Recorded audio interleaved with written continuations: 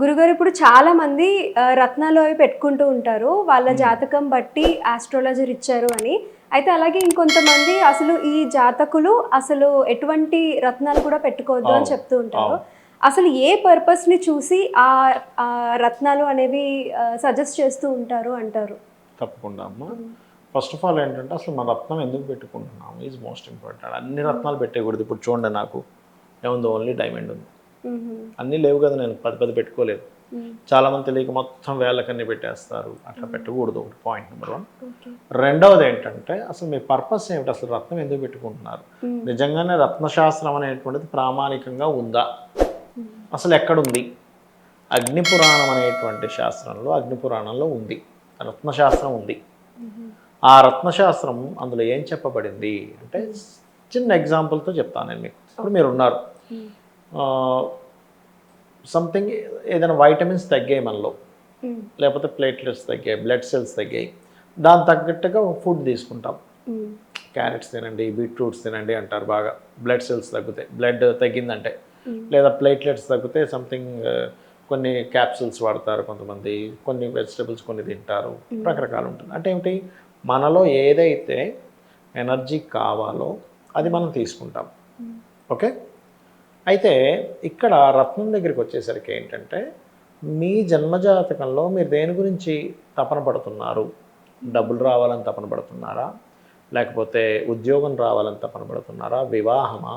లేకపోతే సంతానం కోసమనా? లేకపోతే సంథింగ్ పేరు ప్రఖ్యాతలు రావాలనా? ఇది చూసుకోవాలి ఫస్ట్. అంటే మీ పర్పస్ ఏమిటి? లేకపోతే మాటిమాటికి అనారోగ్యం చేస్తుందా?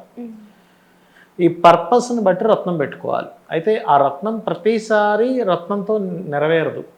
సమ్ టైమ్స్ అమ్మవారికి సంబంధించిన రూపు ఏదైనా లాకెట్ వేసుకోవచ్చు, లేకపోతే ఉంగరం పెట్టుకోవచ్చు. ప్రతిసారి రత్నంతో సాల్వ్ అవ్వదు మీకు.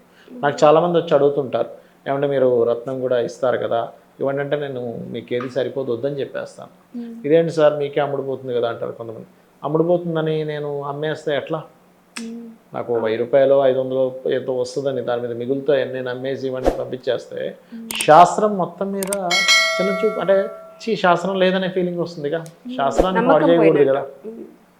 అప్పుడు నేనేం చెప్తానంటే, బాబు నువ్వు మీకు పూజా సామాగ్రి స్టోర్స్లో పలానా అమ్మవారి దొరుకుతుంది, అది వేసుకోండి, లేకపోతే ఉంగరం పెట్టుకోండి, అట్లా చెప్తాం. ఎందుకంటే రత్నం పడని రత్నం అసలు చెప్పకూడదు, సజెస్ట్ చేయకూడదు.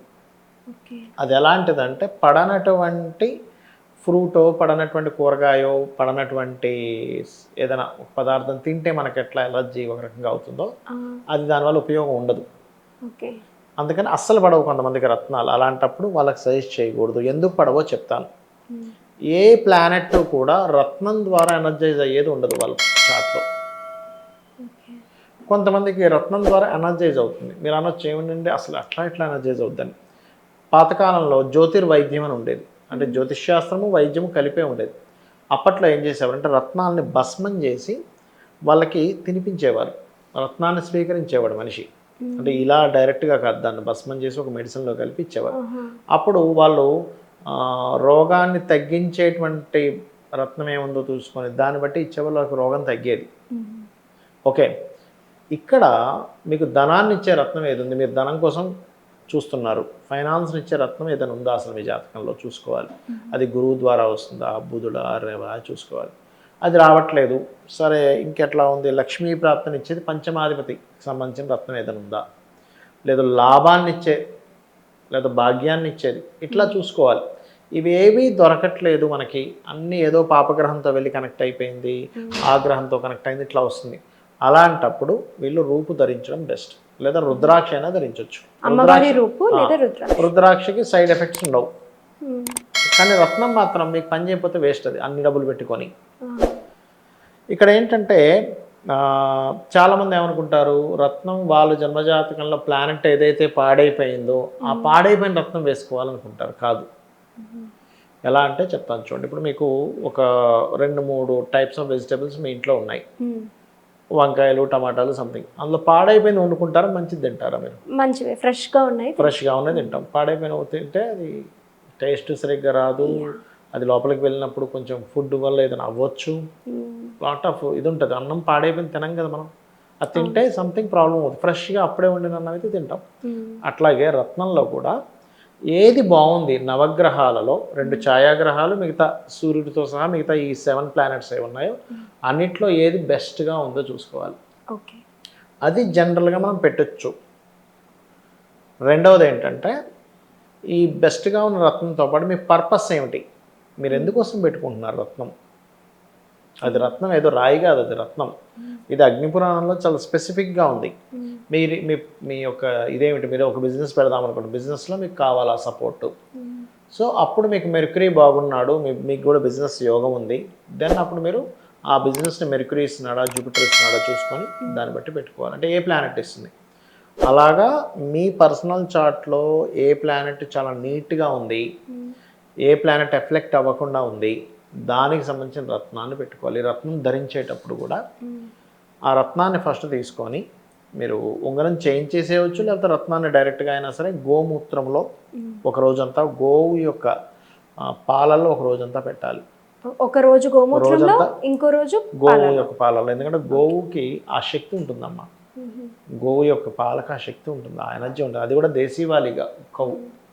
అలా కుదరలేదు అనుకోండి, మీకు దొరకలేదు, దేశీవాళి ఆవు పాలే దొరకటం లేదు అనుకుందాం కాసేపు, కనీసం తులసి ఆకులు ఉంటాయి చూసారా, తులసి ఆకుల్ని మీదైనా పెట్టొచ్చు, లేదా తులసి మొక్క దగ్గరైనా ఒక రోజంతా పెట్టొచ్చు. అది ఎనర్జైజ్ అవుతుంది.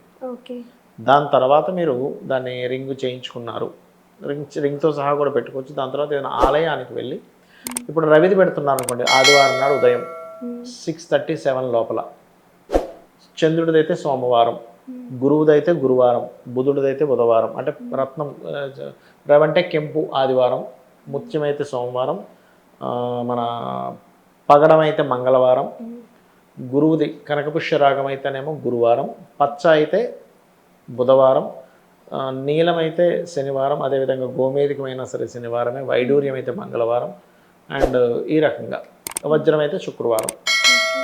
మీ ఇష్టదేవత లేకపోతే మీకు దగ్గర ఏదైనా ఆలయం ఉంది, ఆలయంలో స్వామివారి దగ్గర పెట్టించి మనం ధరించాలి. ఇంకోటి, ఎప్పుడైనా రత్నం కానీ ఏదైనా ధరించినప్పుడు ఇలాగా ఉంగరం తీసినప్పుడు మీరు ఎక్కువ రోజులు ధరించాక ఇక్కడ నల్లగా అయిపోతుంటుంది బ్యాక్ సైడ్. ఇక్కడ నల్లగా అయిపోయి ఈ రత్నం పెట్టించుకున్నప్పుడు బ్యాక్ సైడ్ దానికి గ్యాప్ ఉంటుంది, ఆ కిరణాలు వచ్చేలాగా. అక్కడ ఏదైనా బ్లాక్ అవుతుంది అన్నప్పుడు కొంచెం ఎప్పటికప్పుడు క్లీన్ చేసుకుంటుండాలి. పవిత్ర నదులకి వెళ్ళినప్పుడు ఆ నదిలో కొంచెంసేపు ఇట్లా శుద్ధి చేయడం, ఏదైనా పవిత్ర క్షేత్రాలకు వెళ్ళినప్పుడు ఆ క్షేత్రంలో అక్కడ ఏదైనా పెట్టి తీసుకోవడం, ఎనర్జైజ్ చేస్తుండాలి. ఎప్పటికప్పుడు క్లీన్ చేసుకుంటుండాలి. ఆటోమేటిక్గా మంచి ఫలితం ఇస్తుంది అప్పుడు.